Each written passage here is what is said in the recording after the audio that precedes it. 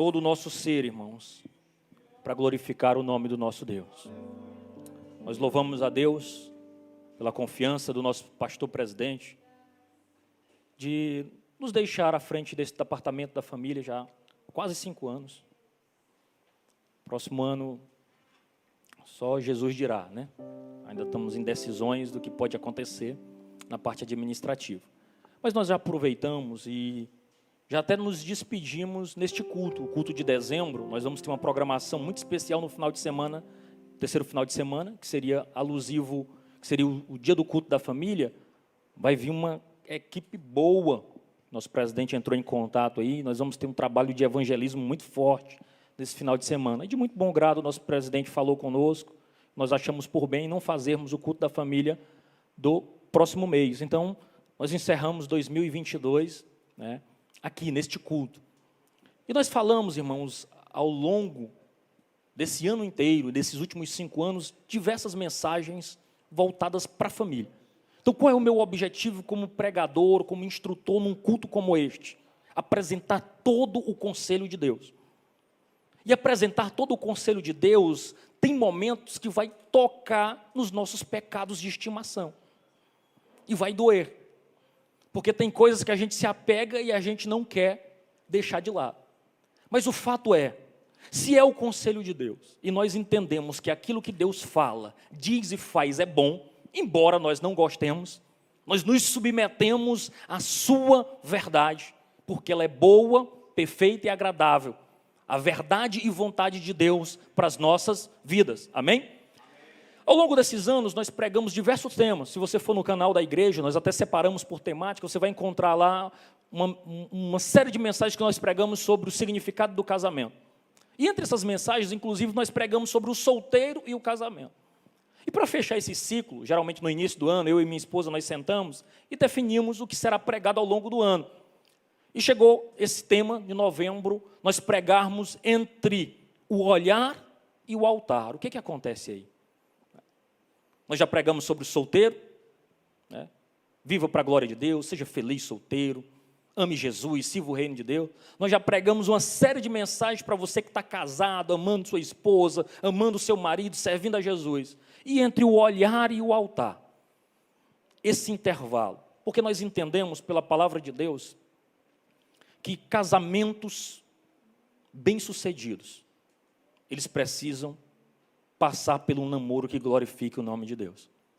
Então, por que nós vamos pregar num domingo à noite sobre do olhar ao altar, ou seja, a fase que a comunidade chama de namoro? Aí o jovem já se trouxeu na cadeira e disse, meu Deus, eu vim para o culto errado. Jesus amado. Mas o que é?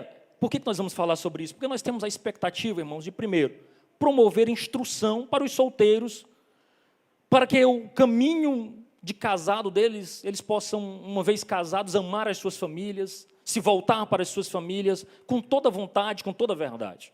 Também, de repente, você é um pai, uma mãe de um adolescente, que já está ansioso aí para completar alguns anos de vida, para poder se relacionar. Está aflito, perguntando, mamãe, papai, quando é que eu posso me relacionar com alguém? E pasmem vocês, mas é muito comum o líder de jovens, o pastor, instruir uma coisa e o papai e a mamãe instruir outra. Você acredita? Porque quem está na liderança sempre diz, olha, se guarde, não existe isso, não se volte para isso, não é o momento adequado. E às vezes, dentro do seio da família, indiretamente ou não, alguém começa a incentivar. E aí? Já começou? Como é que é? E aí aquelas frasezinhas vão instigando sentimentos, né? E animando aquilo que não deveria ser animado naquele momento.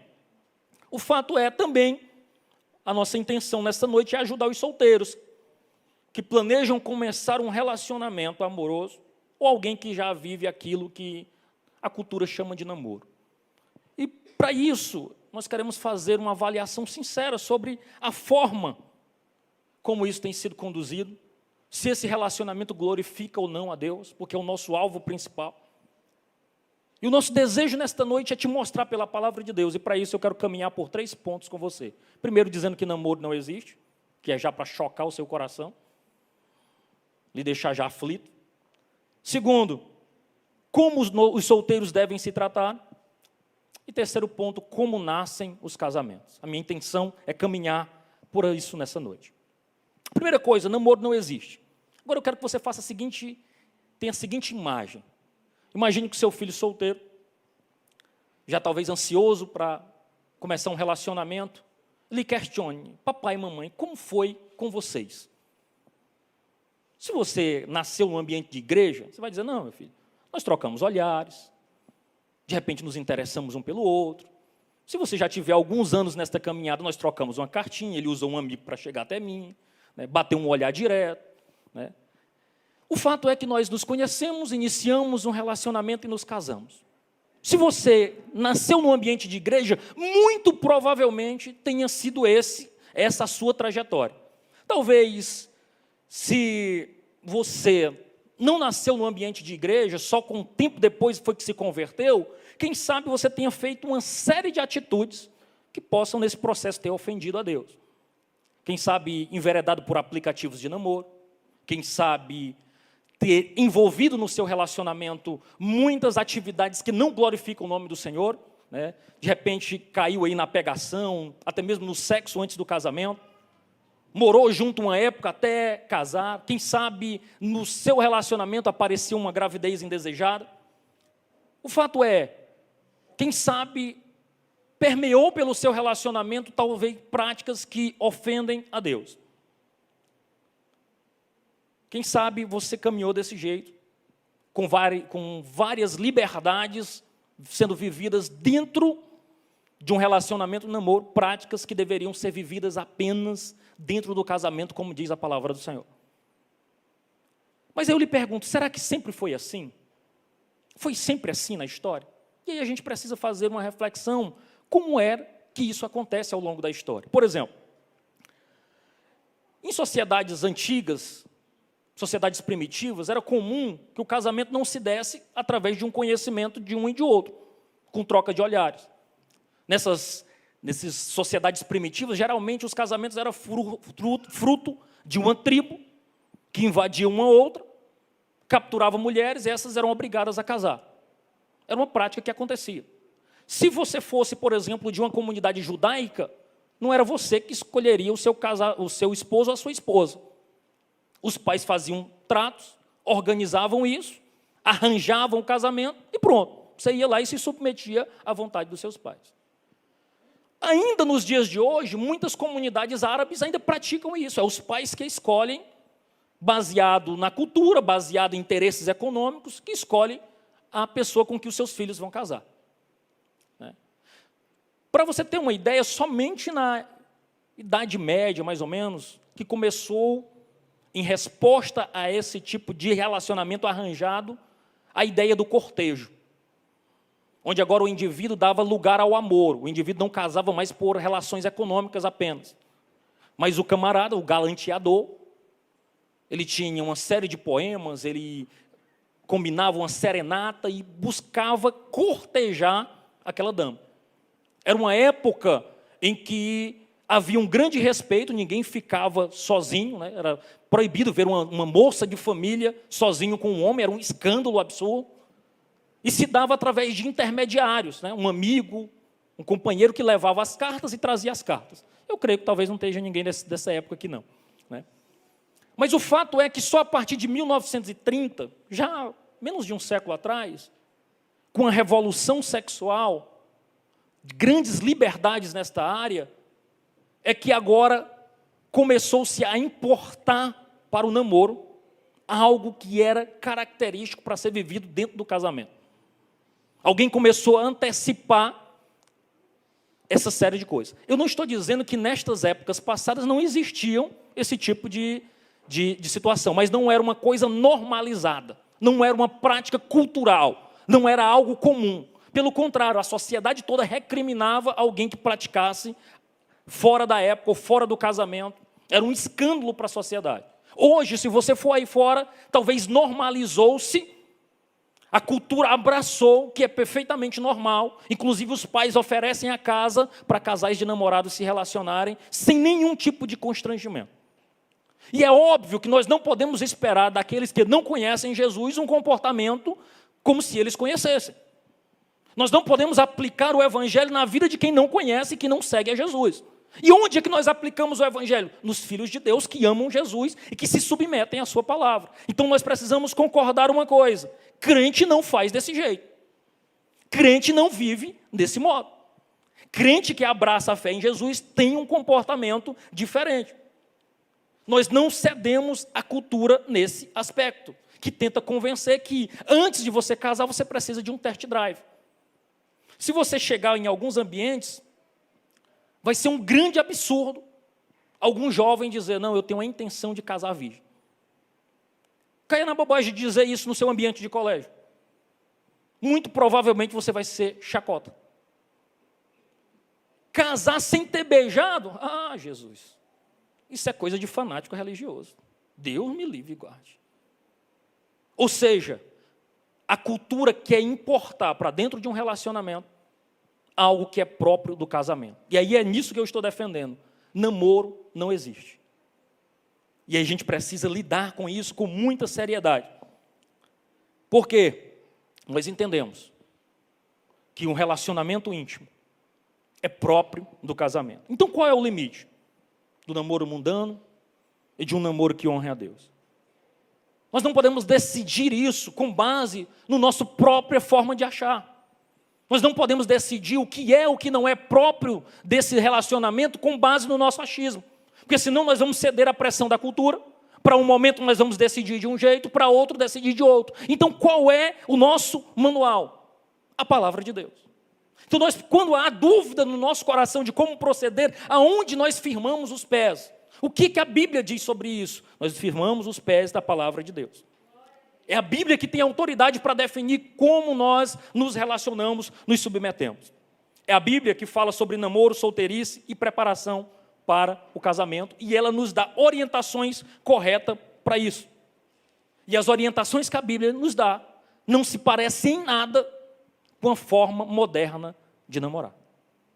Aí eu já choquei o seu coração aí já várias vezes, né? Já não sai mais nenhum glória a Deus. Amém, tá bom? Então nós vamos caminhar por isso. Porque dentro da Bíblia, pasmem vocês ou não, e você pode analisá-la ela de Gênesis a Apocalipse, você não vai lidar com a ideia do namoro. Para a Escritura, ou você é solteiro, ou você é casado. A Bíblia lida apenas com esses dois termos. No noivado, dentro da Bíblia, ela já considerava um casamento. Alguém que se aliançou, está noivo, já consta como um casamento. Dentro da Escritura, ele já lida com isso. Você vai encontrar na Escritura, por exemplo, Adão. Adão era solteiro, então Adão era casado. Não existe meio termo. Ou seja, ou uma mulher é sua esposa, ou ela não é. Ou um homem é seu marido, ou ele não é. E nós não podemos nos submeter ao que a cultura vai tentar nos ensinar. Se for a cultura que nos diga como que nós devemos agir, dificilmente nós nos submetemos à palavra de Deus. E nós incorreremos em erro. Aí você está solteiro e já começou a ficar aflito. Mas se é assim, irmão, se não tem meio termo, como é que vai ser? Quer dizer que eu encontro alguém, me interesso, e na semana seguinte já venho falar com o pastor Mota e digo assim: bora marcar o casamento? Claro que não é assim que funciona. Né? Claro que não é desse modo. Mas uma vez que não são os seus pais que fazem essa escolha para você, como nas sociedades antigas, é óbvio que você quer um tempo para conhecer a pessoa e decidir se de fato é aquela pessoa que você quer se relacionar. É perfeitamente aceitável isso. Só que aí é que está o problema. Nesse tempo de averiguação, nesse tempo de conhecer o outro, não pode ser adicionado práticas que são próprias do casamento. Nós não podemos usufruir no namoro de petiscos que são próprios apenas do casamento. Você não pode ter antecipadamente a satisfação que é própria pela Escritura para ser vivida dentro do casamento no namoro. Pessoas não cristãs, obviamente, que aproveitam isso ao máximo. E aproveitam como? Fazem sexo, moram juntos, têm uma vida a dois, dividem contas, passam a exercer tudo aquilo que a sociedade diz. Chega um momento que ele diz assim: eu vou casar para quê? Está ótimo desse jeito. E de fato está ótimo mesmo, porque o indivíduo tem tudo o que ele quer, E depois, no final da noite, ele vai deixar a moça na casa dos pais para ele pagar as contas delas e sustentar. Ou seja, há uma conexão aí, sem um relacionamento sincero, com promessa para toda a vida. E a Escritura não lida com isso. Os crentes agem diferentes. Só que, lamentavelmente, irmãos, os namoros cristãos já importaram tanta coisa do namoro mundano. Nesse período, muita gente cai na dependência financeira um do outro. Fazem compra juntos, fazem compra parcelada, um compra no cartão do outro. Exercem relação de autoridade um sobre o outro. Submissão, tem conversas picantes, várias intimidades que deveriam ser próprias apenas do casamento. Algumas moças chegam até a cobrar dos seus namorados presentes ou até algum nível de sustento e algum nível de colocação financeira nesse sentido. E os rapazes exigem das moças algum tipo de submissão. Mas deixa eu lhe dizer, uma moça solteira só deve submissão aos seus pais. Se o rapaz quer ter algum nível de autoridade sobre a vida da moça, ele precisa ser esposo dela. Ele precisa estar casado com ela. Se a moça quer ter algum nível de dependência financeira do rapaz, ele precisa ser esposo dela. Se nós importarmos algo que é próprio do casamento para a época de namoro, nós incorremos em erro. Nós incorremos em erro que não agrada a Deus. Só que, infelizmente, a gente comprou uma espécie de carimbo mágico e a sociedade tem aceitado, especialmente os crentes, tem dado autoridade a essa palavrinha chamada, não, mas é meu namorado, é minha namorada, nós namoramos. E parece que é como se fosse uma licença para fazer algumas coisas que são próprias do casamento. Por exemplo, é uma forma da gente dizer que não é pecado aquilo que de fato é pecado. Uma moça, ela não pode cometer a tolice de entregar o seu coração para um rapaz que não seja o seu marido. A menos que ele chame de namoro. Aí parece que pode tudo. Um rapaz não pode passar tempo sozinho, nem ter conversas que atissem a sexualidade com quem não é sua esposa. A menos que você dê um carimbado e diz, não, mas é namoro, aí pode. Não pode. Contraria a vontade de Deus, contraria as orientações da palavra de Deus. Chamar de namoro não lhe dá direito a ter intimidades que são próprias e exclusivas do casamento. Porque ou você é solteiro ou você é casado. Se o namoro permite situações que ultrapassem isso, infelizmente ele incorre em pecado, em erro.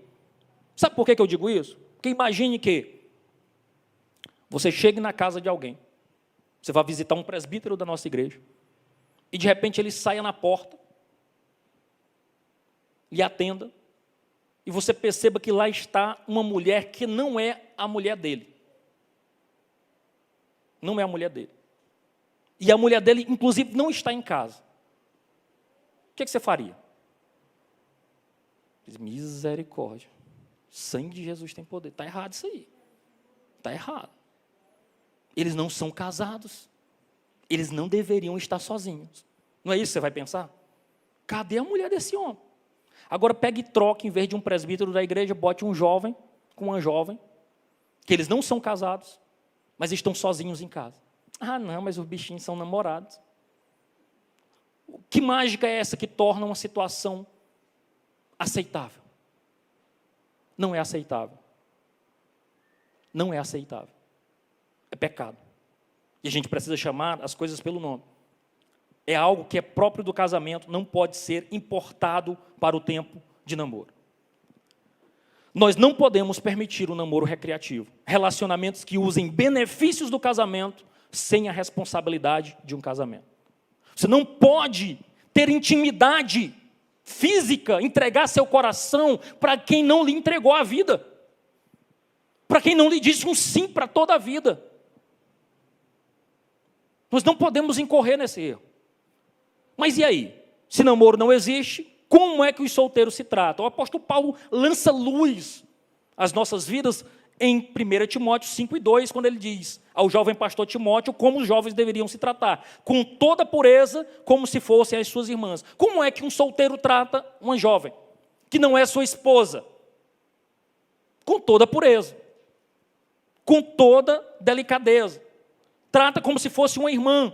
A forma de tratar é essa. Um jovem solteiro trata as mulheres da igreja como se fossem suas irmãs de sangue.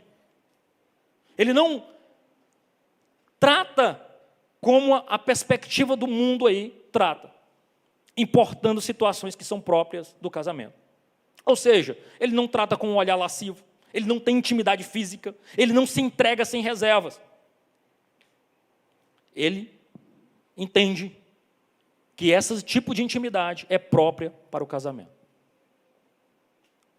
E aí a gente precisa entender o que a Bíblia diz sobre fugir da imoralidade.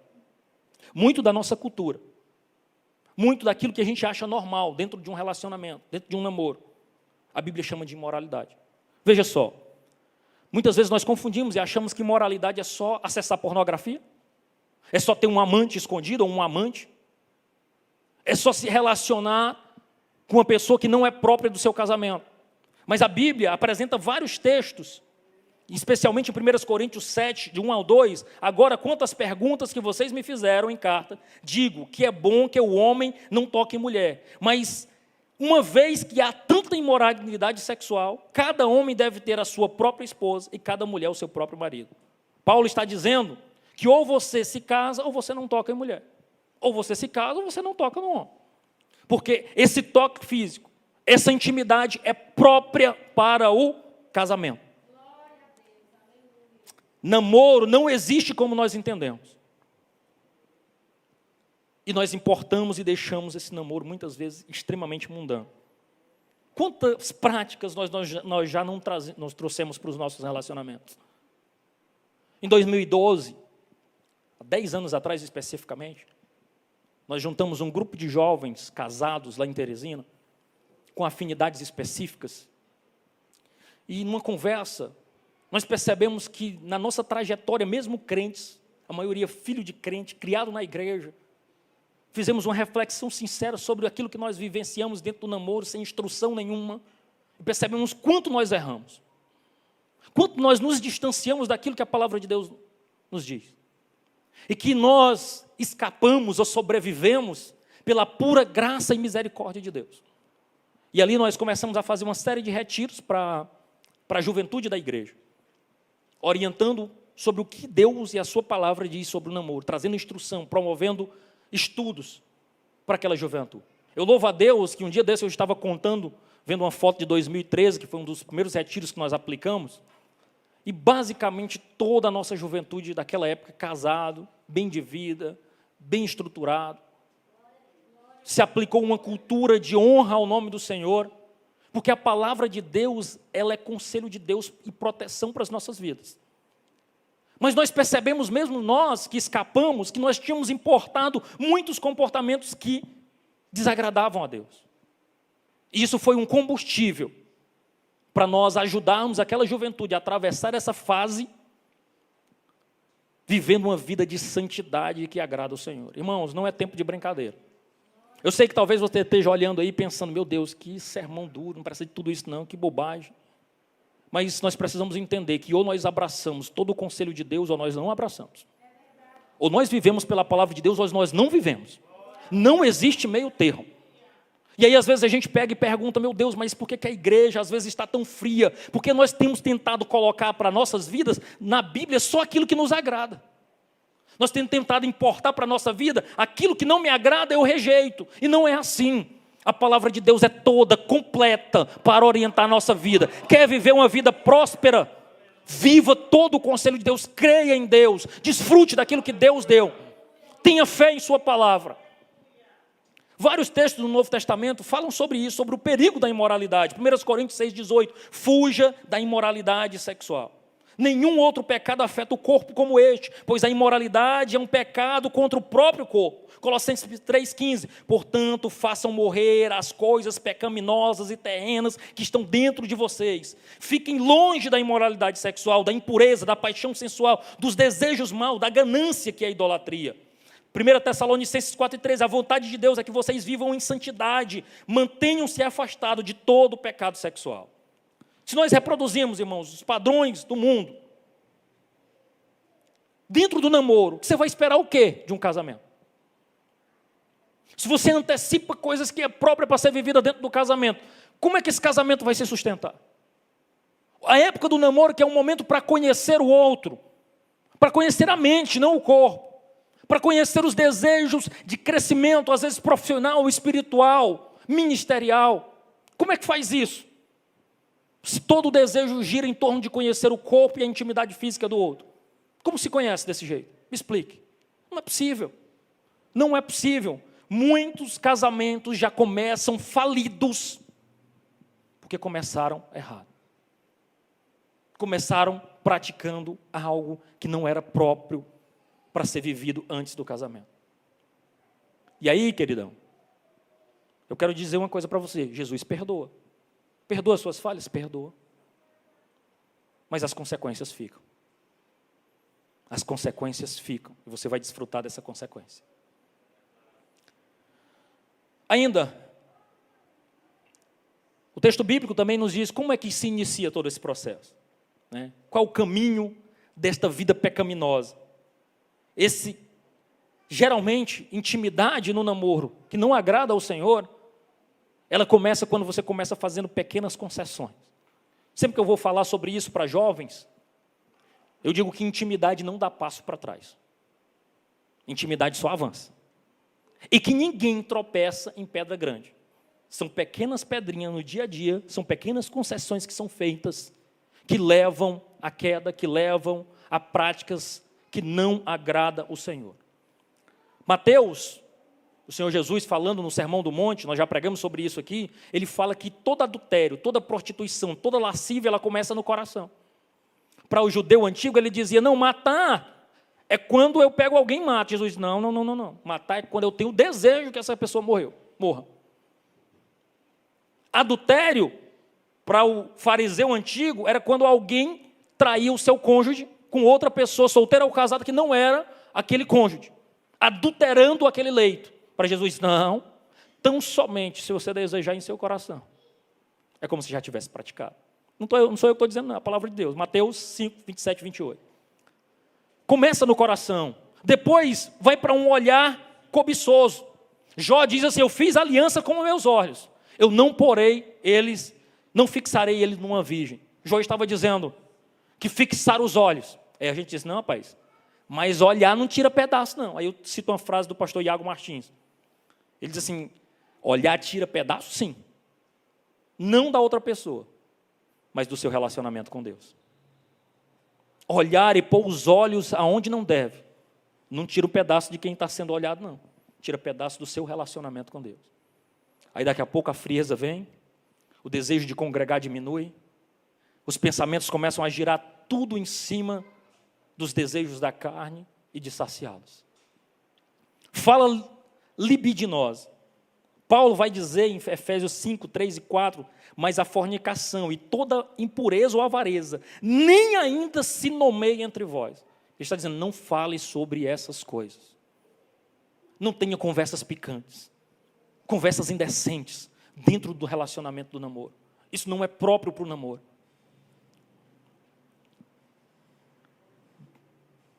Não estimule com palavras aquilo que só pode ser satisfeito dentro do casamento.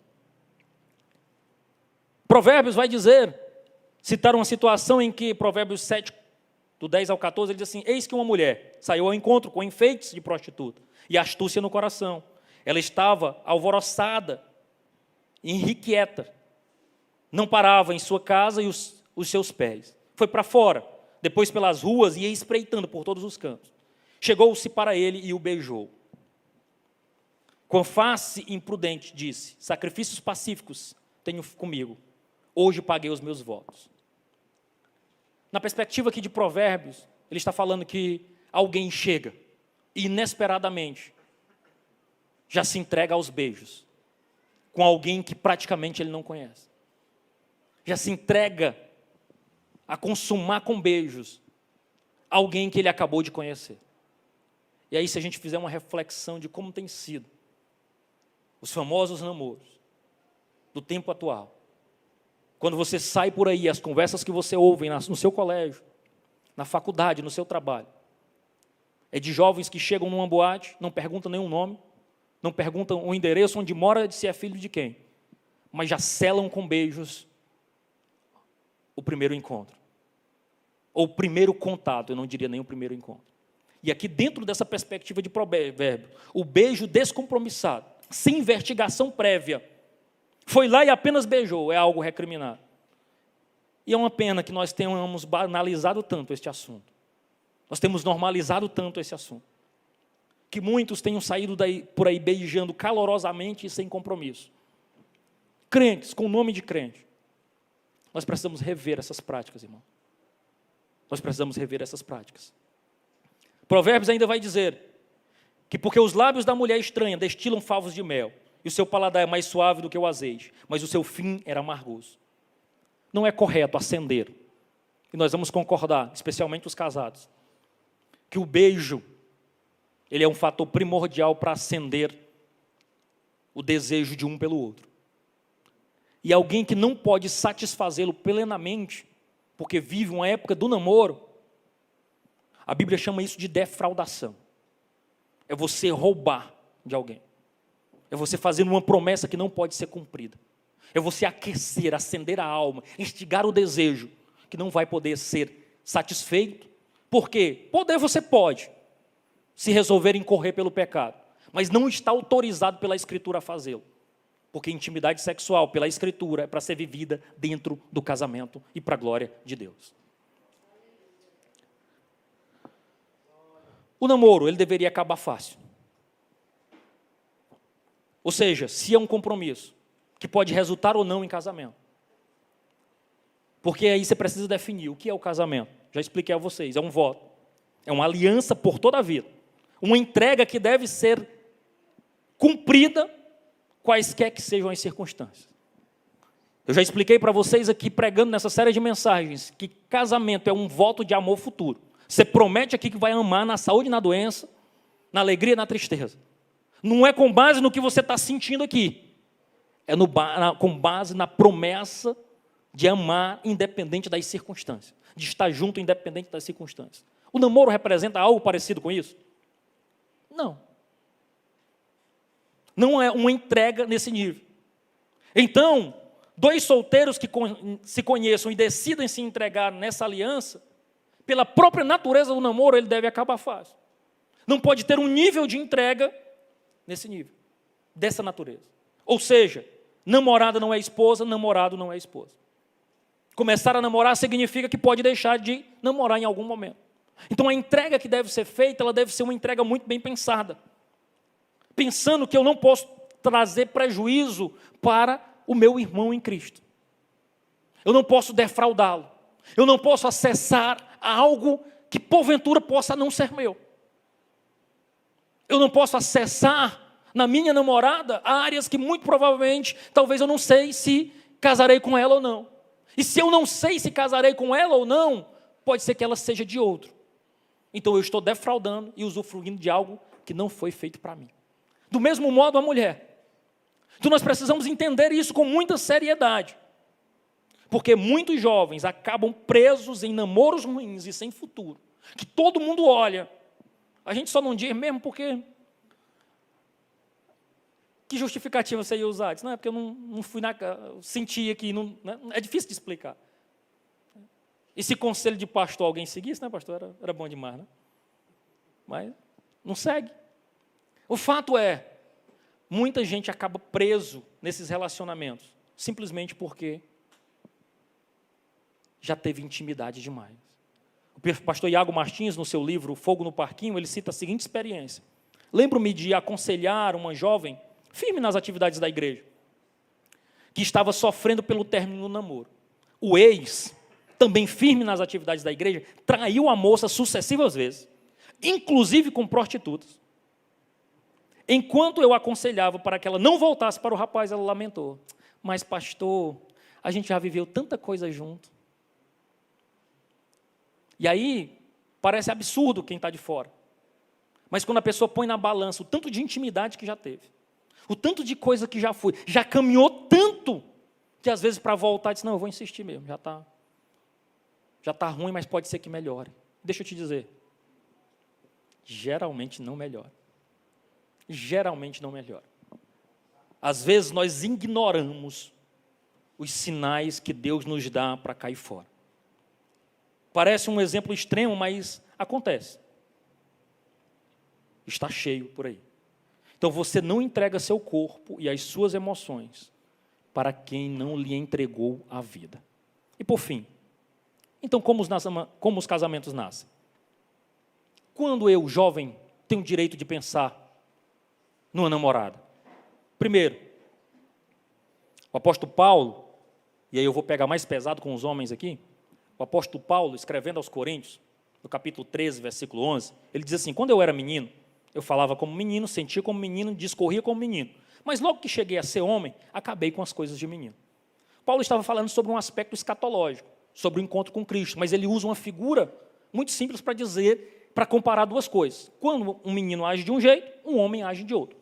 E é aqui que eu quero me ressaltar. O texto bíblico de Coríntios não está falando necessariamente sobre isso, mas ele cita dois comportamentos aqui. Ou seja, ele diz, quando eu era menino, eu tinha um comportamento de menino, agora que sou homem, tenho um comportamento de homem. E é aqui que eu quero ressaltar. Então, quando é que o garoto tem direito de pensar numa garota? Quando ele for homem. Se o seu pai ainda está pagando suas contas, se é o seu pai que lhe sustenta, você não tem direito de estar pensando no sexo oposto.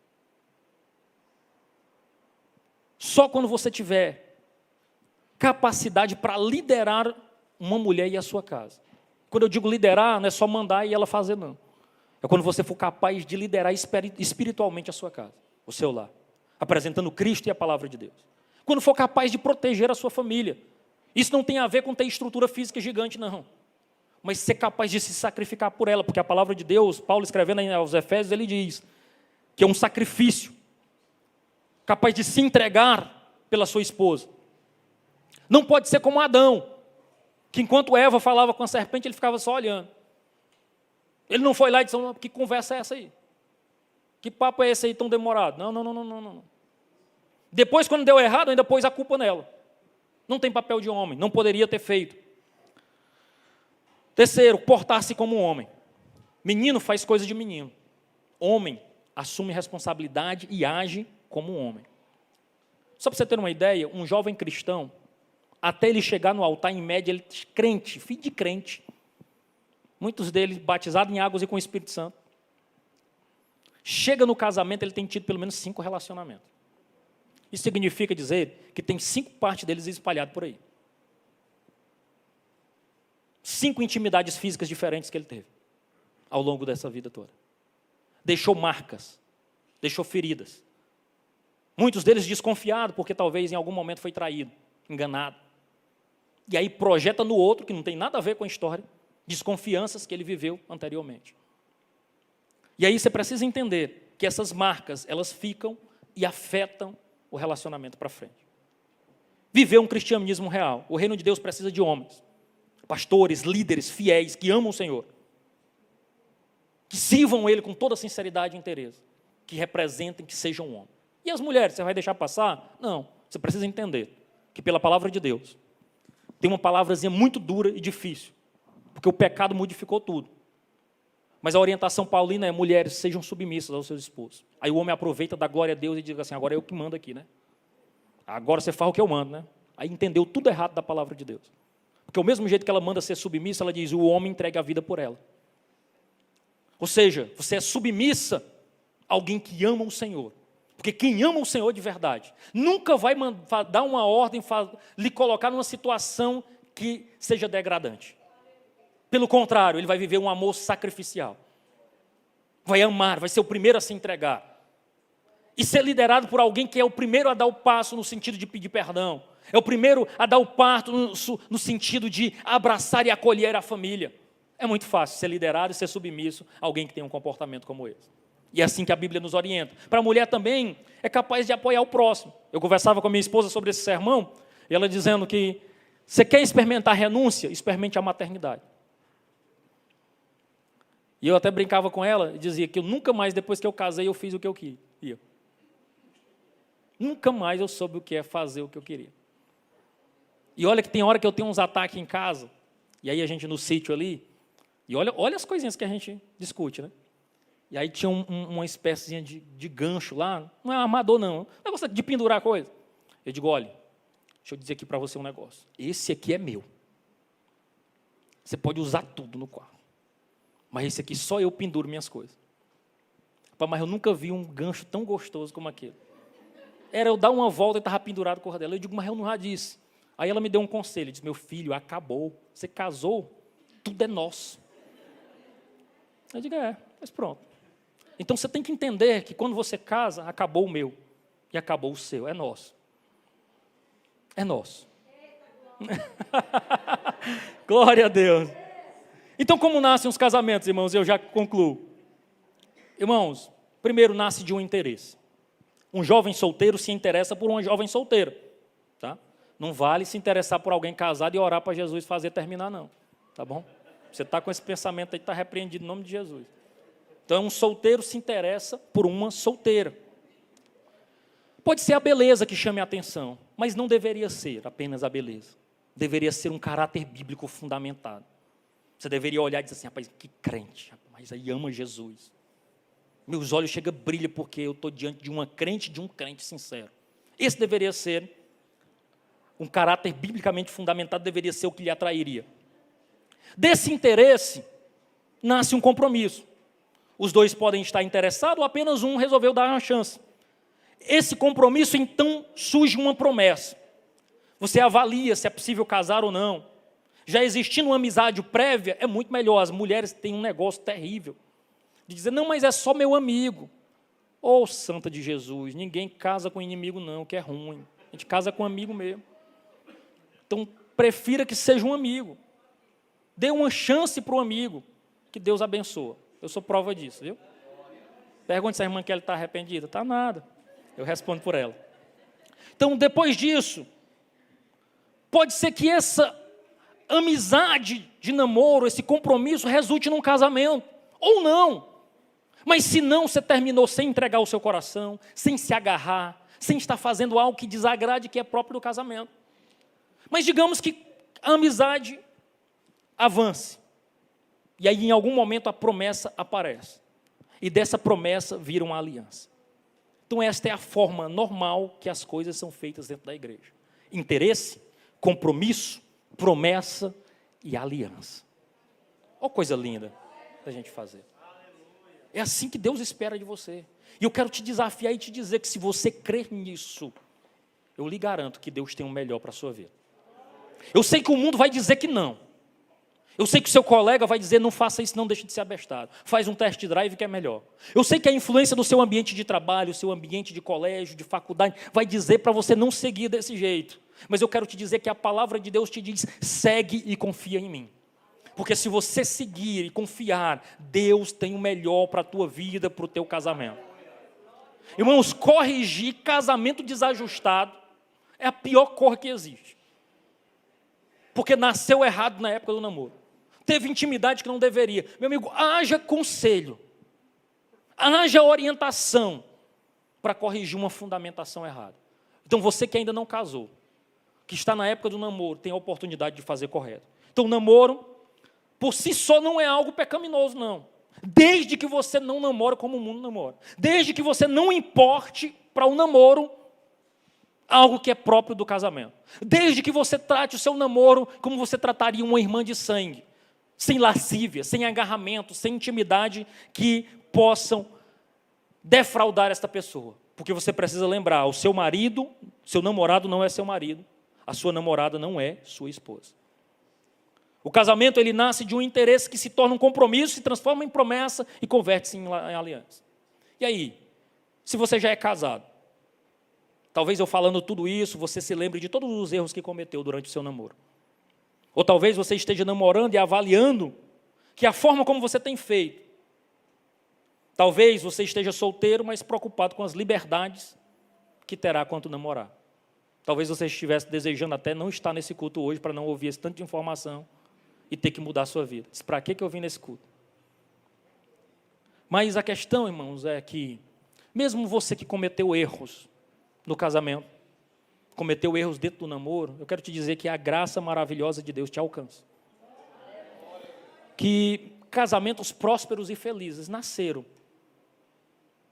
de talvez namoros desajustados, que não glorificaram a Deus à época, mas que Deus transformou em bem aquilo que talvez iniciou era errado. Porque Deus é especialista nisso. Agora, isso não é um conselho para você fazer testes. Isso não é um conselho para você agir desse jeito. Mas quando nós olhamos para o passado, e apesar dos nossos erros, nós temos a confiança de que Deus nos perdoa e nos dá um lar sólido, apesar dos erros que nós cometemos. Você foi alcançado pelo perdão de Deus. Você que namora e talvez tenha praticado muitas coisas que desagradam ao Senhor, eu quero te dizer que nunca é tarde para começar práticas melhores dentro do namoro e viver algo que glorifique o nome do Senhor. A grande pergunta que você precisa fazer nessa noite, depois de todo esse sermão, é se o que foi dito aqui provém da palavra de Deus, representa a sabedoria do Senhor, ou se é apenas a opinião de um pregador. Você não pode julgar se isso é agradável ou não, se você gosta do que ouviu ou não. A única pergunta que você tem que se fazer é isso que a Bíblia diz? Ou o irmão Adonias pregou inventando um monte de coisa para mim? Porque se isso é o que a Bíblia diz, agarre-se a essa palavra, viva para a glória de Deus. Aí você pode dizer o seguinte: se isso custar meu namoro, irmão Adonias, que custe. E se isso custar a minha forma de namorar? É um preço muito pequeno para ter um casamento feliz, próspero e abençoado. Será um custo pequeno para a alegria de viver para a glória do Senhor. Em nome de Jesus, eu gostaria de orar, e você não precisa ficar de pé. Apenas que você curve sua cabeça. Eu não tenho poder para gerar acusação na sua vida. O meu papel aqui é apenas pregar a palavra de Deus. Eu falava na EBD hoje que a grande missão do pregador é não deixar o povo pecar em paz. Então a minha missão aqui é fazer alertas da palavra de Deus. Eu não estou censurando o seu jeito de fazer as coisas. Eu estou te apresentando um caminho melhor e que agrada a Deus. Você pode ouvir tudo isso e dizer: ah, bobagem, eu vou fazer do meu jeito. Ou você pode sair daqui e dizer: Senhor, eu não conhecia tudo isso, eu errei tanto. Mas eu sei que o Senhor é perdoador e pode dar novos rumos para as minhas práticas. Que se eu me submeter de verdade à Tua palavra, eu posso ter uma vida que agrada o Senhor. Shuri canta lá, Machuri anda.